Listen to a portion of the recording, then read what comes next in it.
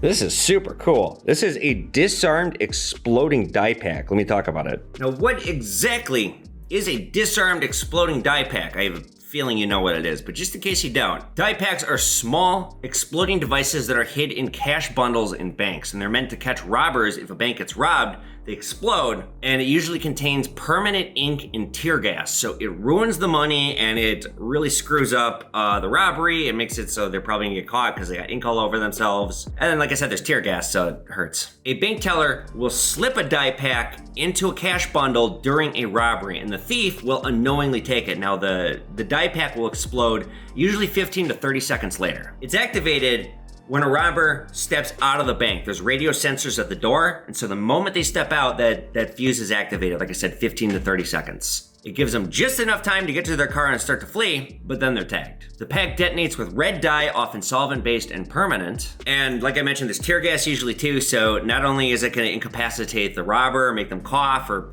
vomit or pass out or something, but it destroys the money as well, because you can't spend money if a die pack has exploded. It's pretty obvious what happened. And disarmed units are very collectible. My former employee Troy purchases, you know what's strange? I actually didn't even know about these, and then I saw one on Twitter, and then he texted me and he said, hey, I just bought one, do you wanna do a video with it?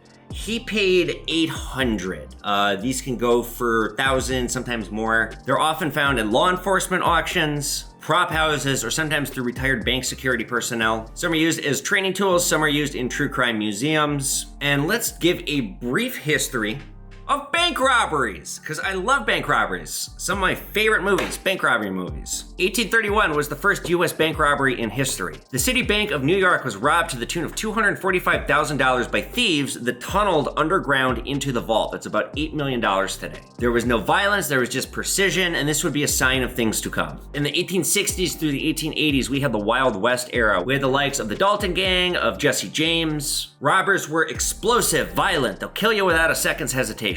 Usually they're getting away on horseback, and oftentimes they are robbing trains. Banks at this point, because it got so bad, started hiring armed guards or private security like the Pinkertons. They also started using iron safes to properly guard money. 1930s is kind of the golden age of bank robbers. This is the public enemy era. This is the era of the FBI coming into formation, just because the outlaws were so bad and so notorious and so commonplace, and they were heroes amongst the people. Many outlaws, like John Dillinger's gang, not only were robbing these banks, but they were romanticized by the public, because oftentimes when they were robbing banks, they would sometimes burn papers and set people free of their debt. Other names include Babyface Nelson, Pretty Boy Floyd, Bonnie and Clyde, Ma Barker's gang, and fun story, here in Minneapolis and St. Paul, probably the most prolific spot for outlaws of the gangster era. St. Paul, we've talked about this before, had a system where criminals could check in with the police. Back then, you could go state to state and you couldn't really be pursued because there was no federal law agency like the FBI to go pursue felons state to state. So you go to one state, you rob a bank, you go to the next state, you rob a bank. Sometimes you go one city, rob a bank, then you go to the next city, you rob a different bank, and the police, the local police, can't go to a different city to arrest you. So St. Paul became a crime haven and hub. It was called the O'Connell system, if I remember right. It was created by a corrupt police chief who made the system where outlaws would check in, make themselves known to the police, police each other, so that St. Paul was very safe, but then everything around St. Paul was a crime-ridden hellhole. Then in the 1960s to the 1980s, you have what is known as the professionalized era. Bank robbers got smart, inside jobs, vault drilling, safe cracking. Time delay safes became the standard. Die packs were also invented in the 1960s due to the commonplace of bank robberies. There was a boom in the 30s, then kind of a decline, but then in the 60s, there was a boom again. In the 60s, 70s, 80s, bank robbing was, it became very commonplace. In the 90s and 2000s, we have tactical robbery and gang robbery. Some robbers start using military tactics, such as body armor, fully automatic weapons, grenades, etc. Most famous of these is the North Hollywood shootout of 1997. Two heavily armed robbers, if you don't know about this, fascinating. Basically, the entire LAPD was up against these two robbers, and the two robbers won until they did. They had full body armor, they had automatic weapons. This is where police started carrying better guns, because most of the police had 6-shot revolvers, and these guys have fully automatic machine guns. Then in the 2010s to now, you have the digital age, you have digital heists is being more commonplace. The average bank robber today, they don't need a mask, they just need a phishing link. In conclusion though, exploding die packs, they might sound like movie magic, but they are very real. If you rob a bank, you're an absolute moron. Expect to find one of these in the money. But if you find a disarmed one like this, you are holding a piece of outlaw memorabilia, Really a piece of true crime history. Just to conclude, my favorite bank robbery movies, Heat, The Town, and Inside Man. I love Inside Man. What are your favorite bank robbery movies? Tell me in the comment section. And yeah, let's move on. All right, let's see here. Yep, I've seen these. Darling Silver. How long you have this? Or is it your dad's? Yeah. All right, let's see. What we'll do is I'll just weigh one and then I'll multiply them. Can I tear it out? Yeah.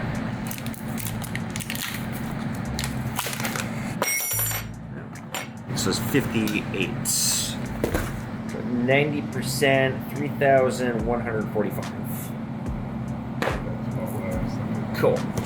I don't have that much cash. Do you need cash? Check's okay. What do you do with those? Then melt them down? Melt them. Yep, you got it. I'll make about $300 on that deal. I could hedge the market. It's been bouncing around. If I hedge this for a week, I could do a lot better. I think silver will bounce up like another $2 in the next 2 weeks. But yeah, it's better to just not gamble with my own money. Plus, I'm going to the racetrack this Saturday. I got to save the gambling for that. Gonna bet on the ponies. All right, so we got 2 1 ounce gold. How long you had them? I want to say since 2018 or 19. Okay, so you're doing pretty well on these.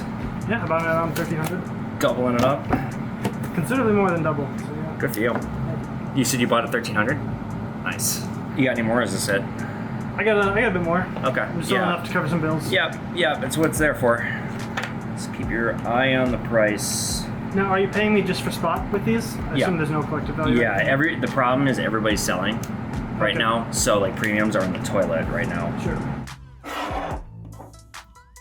All right, good. 63.72. Sounds good to Bad. me. Get you a check. I don't have cash. Yep. The standard when I started in this business, the old shop bought at $100 back, and that was my practice when I started here. But because the price has gone up so much, I'm $150 back, and I'm not if you have a proof gold buffalo with a box and case and all that, then I'll pay full spot. But there's shops right now that are buying at 90%. They're trying to make a much larger margin than what is typical for this industry, just because of the influx of people selling. So on that deal, okay, I will probably get 50 back from spot on the Gold Eagle, 75 back on the Maple. So I'll make about $250. But I mean, I just spent $6,300 to make $250. So it just goes to show you how tough the margins are in this business when you're buying bullion. We have let's see if this is a Mule coin. Let's see that one first. It could be. You'd have to send it in. You gotta send it in? Yeah, because too many people fake these. If it's real, it's expensive. So a Mule coin, heads one side, tails the other. It's an error, but this could be A magician coin. exactly. But I've never seen one. Have you seen one? I've never seen one. Okay. So send it into NGC, and they'll be able to certify it. You have to get a membership, but it's $20 to get that certified, and you got to do it if it's. Because if it's real, it's worth a lot, right? Yeah. Mm-hmm. This one's 25. Okay, 20 times face on junk. These are not silver though. Yeah, these are clad. You can spend those. Okay. This is what we got. $40. Oh no, it's not much. But yeah, it's not Yeah, I'll keep it. much. Okay. You just keep this one. Thank you. Yep. Okay. Always happy to help people. Yeah, that was a nothing burger, and there was no money there anyway. I mean, I'm happy to look at coins. It always kind of annoys me when people just dump a gross amount of coins on me, especially when they're common. They're like, I got money here. Like, no, you don't. You got money that you can spend. And a Mule coin, you guys, Mule coins can be very, very expensive. I think that was a magician's coin or a fake coin. They'd have to send that in to be authenticated. If it's real, I wouldn't even want to buy it because it's expensive. They know it's expensive. The market's off right now. I'd have a hard time, A, making a fair offer, and B, even with an offer that was good for me, I'd have a hard time selling it. If it was real, and I don't think it was, it could be a couple $1,000s, and I'd offer probably 200, and I'd be lucky to get 6 or 7 for it. So, all right, so this gentleman's got some random stuff, which you guys, I'm not buying antiques. I'm just taking a look because it's a friend of a friend, but I am buying this 1990 Gold Eagle from him for $3,100. So we got a unit off a dude who was a crazy random investor, and he was involved in all kinds of fun stuff. Okay. And one of the things he was involved with was a recording studio in Nashville in the early 70s. Oh boy. And so this is their master catalog with some legal type documents of all the different recordings they did. But it's basically funky. This falls under music memorabilia. Yeah. And some of it is stuff that you can't find because they did the recordings and then they would basically for the contracts of like BMI or bigger record studios, you know? And so some of that stuff went to the studios and then got produced and sent out. And some of it basically kind of never got released for whatever reason, you know? Nuggets sound. You might, I mean, what's this? So those? Yeah. Those are reel-to-reels. Oh, okay. So in the recording studios back in the 60s and 70s, they would record their music on those, basically. So those are a lot of these are first-run recordings of these various artists from the 60s and 70s, basically. I have no experience with this kind of thing. With music memorabilia? Yeah. But it's got some famous dudes they worked with. I mean, if you're into the scene, Lester Flatt and Earl Scruggs. This is all kind of same thing. There's a Johnny Cash one in there. Oh, you got a Johnny Cash one? Yeah, because he did a collaboration album with a bunch of different people, and he's got a song that was the first one recorded from that album. So it's got some big names, a lot of guys that you've never heard of, you know. Let me think here. Okay, so here's one person that might help. Right on. Okay. Yeah, One of these guys will be able to tell you what to do with it. They're trustworthy? I'm thinking so, yeah, based on what I'm seeing here on Google. Some of the reviews, yeah. The music memorabilia, they're super interesting. I have no idea what I'm doing with that stuff. I'm not buying that stuff right now. I pointed him in as good of a direction as I could, but let's made some money here. Boy, I did well on this coin. I didn't film the deal. This is a sterling silver. It's 25 grams, worth about metal value $21. I paid $20. But I bought this coin as part of a larger deal, and I flipped it over and I saw this Freemason symbol. And I thought, oh, I bet this is worth some money. It is. I looked this coin up. These are going for $225. I got mine at $129 on pawnmanstore.com. But we've talked about the Freemasons before. Let's just talk a little about them. The Freemasons have been accused of controlling the world, starting wars, starting revolutions, and hiding in plain sight, influencing everything. In fact, look no further than our own money. This symbol right here, this all-seeing eye, the pyramid with the eye, is a Freemason symbol. So who are they? They date back to the Middle Ages, and as depicted on this coin, 1376 to be precise. They were originally stonemasons that were building cathedrals, but by the 1700s, they had become an elite secret society, complete with secret rituals, secret handshakes, and like I said, influence over everything. Their alumni are some of the most famous people in history. Mozart, George Washington, even astronaut Buzz Aldrin. So many famous Freemasons in history, which is why they've been accused of running the world in secrecy. And here's the part where the comment section lights up calling me a Jew controlling everything. Yes!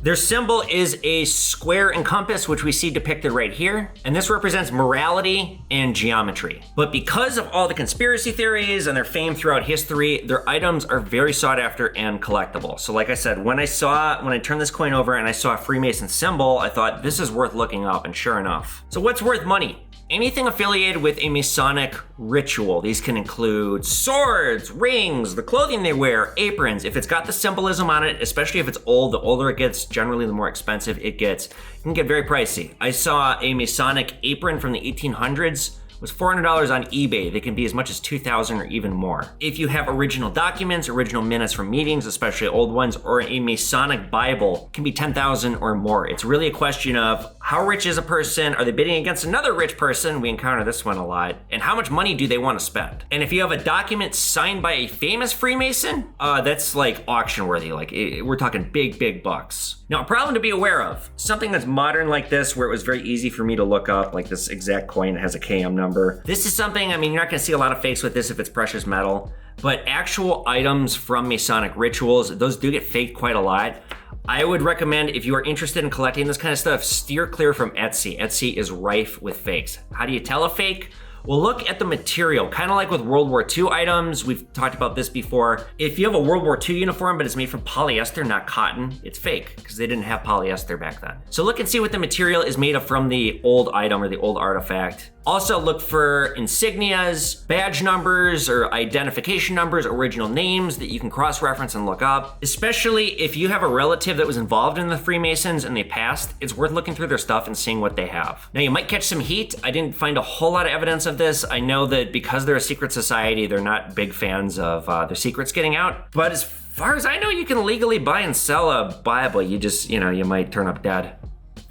This item here though, I mean, I'm gonna do really well on this. I priced it at $129 on pawnmanstore.com. Head to pawnmanstore.com if you're interested in this kind of stuff. As I mentioned so many times recently, we're getting away from whatnot. We're gonna be having more and more stuff on my store website. So check that out and tell me in the comment section, what do you think about the Freemasons? Do you think they're real? Do you think they control the world? Do you have any other stuff in your collection? Or are you a Freemason? I don't think you can tell me. Maybe you can. I don't know. Tell me in the comments section.